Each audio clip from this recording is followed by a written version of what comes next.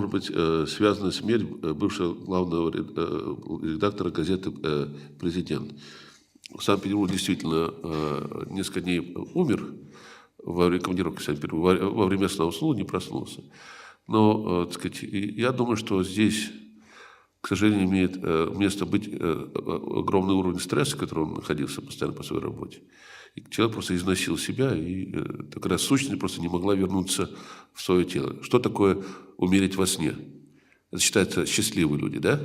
Многие говорят, умер во сне, счастливые, да? Такой хороший. К сожалению, это далеко не так.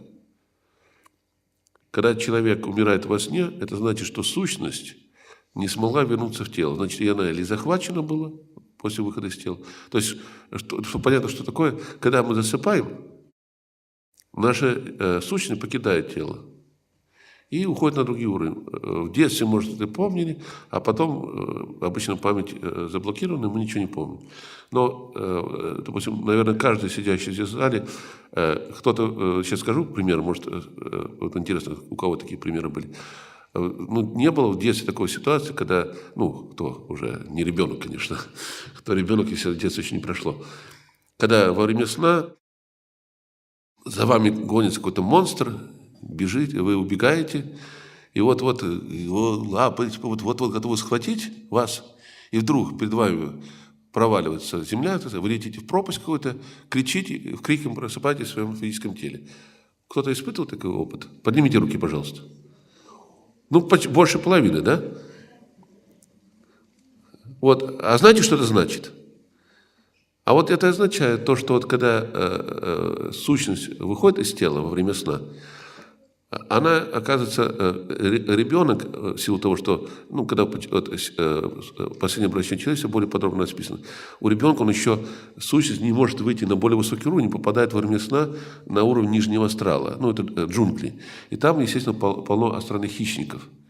И вот когда какой-то хищник начинает охотиться за вами, в данном случае, кто испытывал, то, естественно, единственное спасение, чтобы не быть скушенным, это впрыгнуть в свое тело. Поэтому, когда критический момент, под ногами развернется пропасть, я тоже это помню хорошо, летишь, в крике летишь, кажется, летишь очень долго, я не знаю, мне кажется, вечность летишь в эту пропасть, и потом бух, просыпаешься, окажешься в своем собственном теле.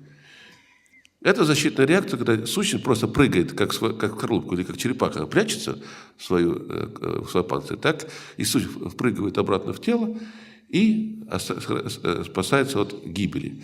Так вот, если по тем причинам сущность не смогла вернуться в свое тело, то есть когда человек умирает во сне, это значит одно: или эта сущность была захвачена как паразитом, или просто повреждена была линия, серебрянит называется, то есть канал связи сущности и тела, который всегда существует. Вот если кто-то обрежет, вот в практике индусов у них считается выход из тела самым высшим достижением. Но это далеко не выше, это начальная фаза, в принципе, это детский сад. Они искаженно приняли знания, поэтому, так сказать, искаженно принятые знания начинают искаженно дальше развиваться.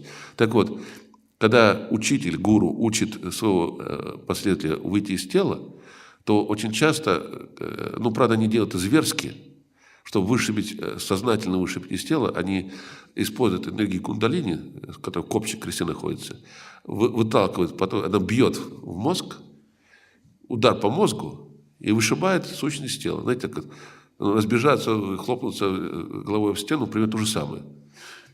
Только когда кундалини вышибает, еще худшие последствия.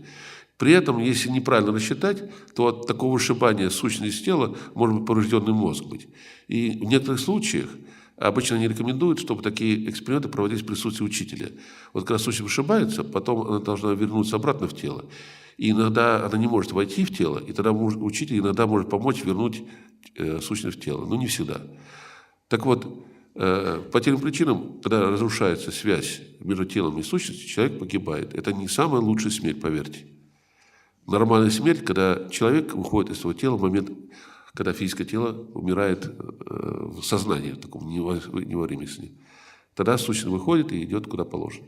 Так что я не думаю, что его смерть связана с каким-то как говорится, карой за то, что он там публиковал статьи. Хотя я думаю, то, что он публиковал статьи такого плана, конечно, это доставило ему достаточно много стресса и так далее, который, конечно, мог привести к ослаблению т.д. и т.п. Но жалко, что именно журналисты, которые не боятся, которые, так сказать, как он говорил, сколько можно, как мне передавать, сколько можно бояться, хватит бояться. Ну, просто такие люди обычно изгорают быстрее, потому что они идут против системы. Так что досадно, к сожалению, но это не было такого плана убийства, как вот заказное, потому что, по крайней мере, астральными планами те еще управлять не умеют. И